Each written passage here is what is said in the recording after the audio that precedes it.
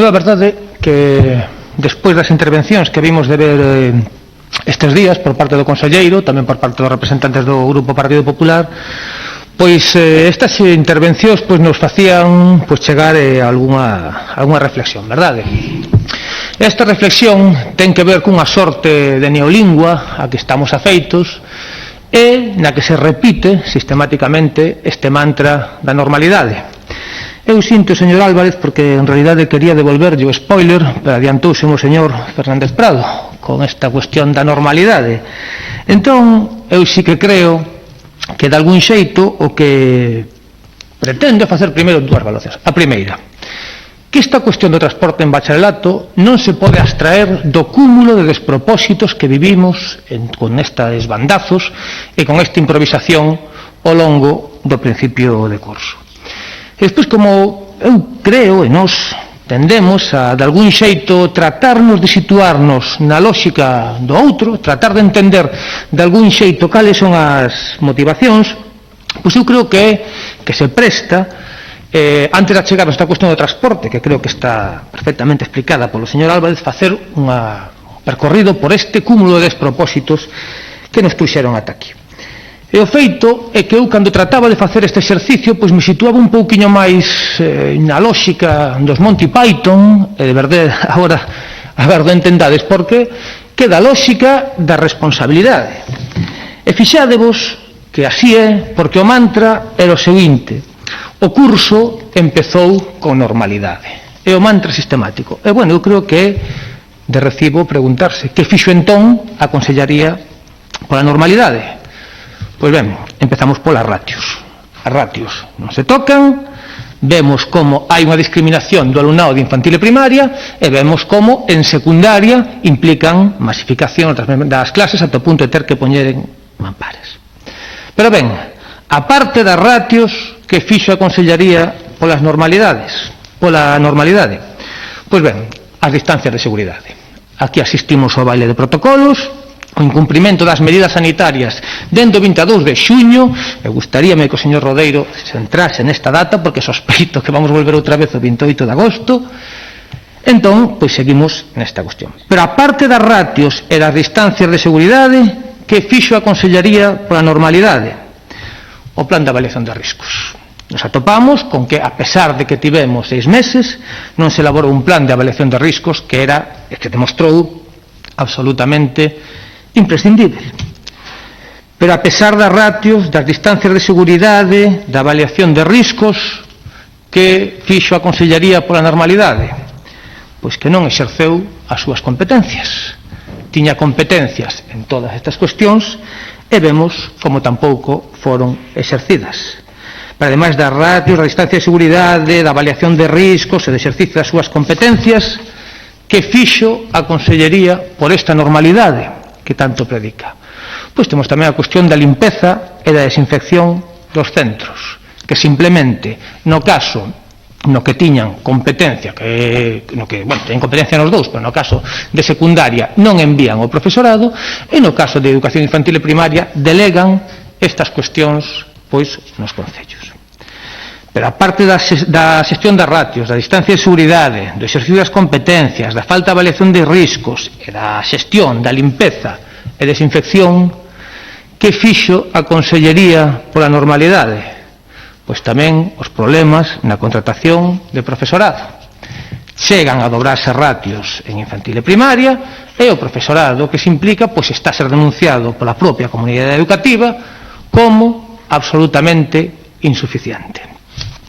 Pero ademais da xestión das ratios, dos problemas coas distancias de seguridade, de que non exerza as competencias, da falta dun plan de avaliación de riscos, dos problemas coa limpeza e desinfección e nos problemas na contratación do profesorado, que fixo a Consellería pola normalidade?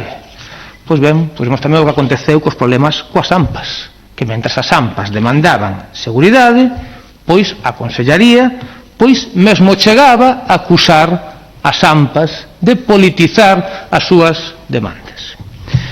Entón, recapitulamos. A parte da xestión das ratios, da distancia de seguridade, do exercicio das competencias, da falta dun plan de avaliación de riscos, da xestión da limpeza e desinfección, dos problemas da contratación de profesorado, dos problemas coas AMPAs, Que fixo a Consellería pola normalidade? Pois o que aconteceu, por exemplo, co plan, co proxecto, co protocolo de necesidades educativas especiais, que a pesar de ter 6 meses, presento con 4 folios e nin sequera contempla aspectos básicos como a integración que colisiona co protocolo xeral. E isto lévanos pois ao tema que temos en riba da mesa, que ademais da xestión das ratios, da distancia de seguridade, as competencias, etc., pois nos leva á cuestión da semipresencialidade e con ela os problemas do transporte. E a cuestión é que aquí temos o 16 de setembro unha modificación da orde do 25 de xuño que afectaba o calendario escolar. E decimos ben, o 17 de setembro. O 17 de setembro, despois de que viñesen sacar da chistera esa cuestión da semipresencialidade, pois 8 días antes. Entón, a cuestión de que os problemas se abordan con este intervalo de tempos é que nin sequera somos capaces de asumir a improvisación nun aspecto como que temos.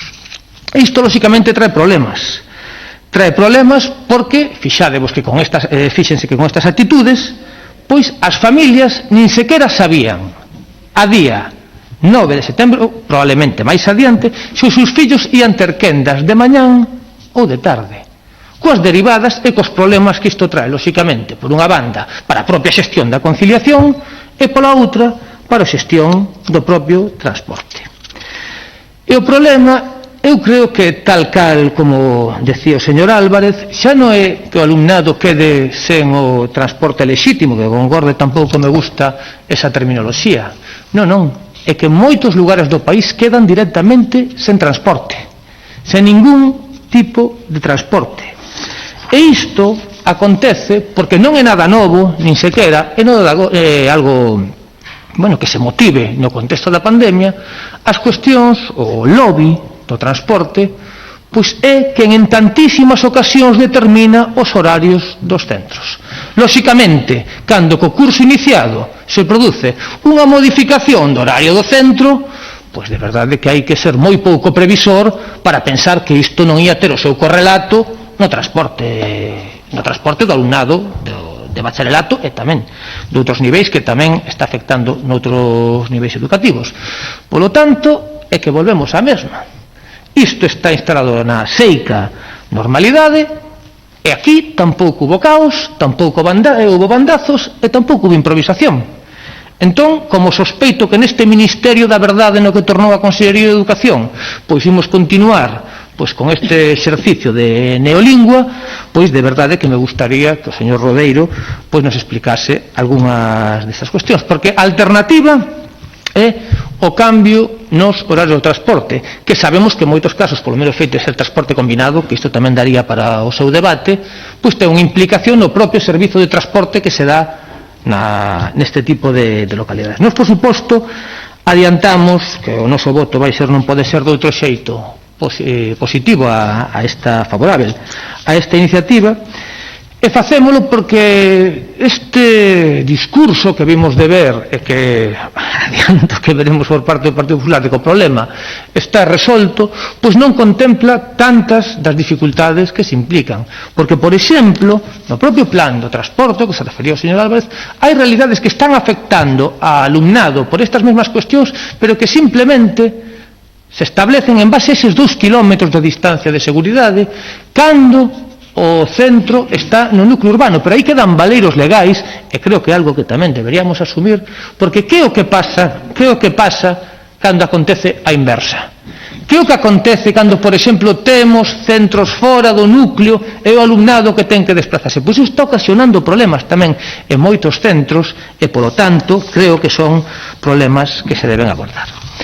Eu, polo tanto, insto, e creo que o goberno galego debería asumir dunha vez por todas a lógica da realidade, deixar de situarnos neste mirar o lado brillante da vida, que dirían os Monty Python, porque creo que máis alá destas cuestións de analizar en base a esta lógica que nos deriva do humor británico, creo que temos que centrarnos un poquinho máis Bueno, pois no que se din dende algúns axentes, bueno, do humor galego que son referencia do que nos decía o propio Castelao, verdade? É tempo de responsabilidade e creo que é tempo de facer máxima daquela cita cando decía que non nos riamos porque este é un conto triste. Polo tanto, instamos a Consellería que asuma as súas responsabilidades e, por suposto, o noso voto favorable a esta iniciativa. Moitas grazas. Moitas gracias.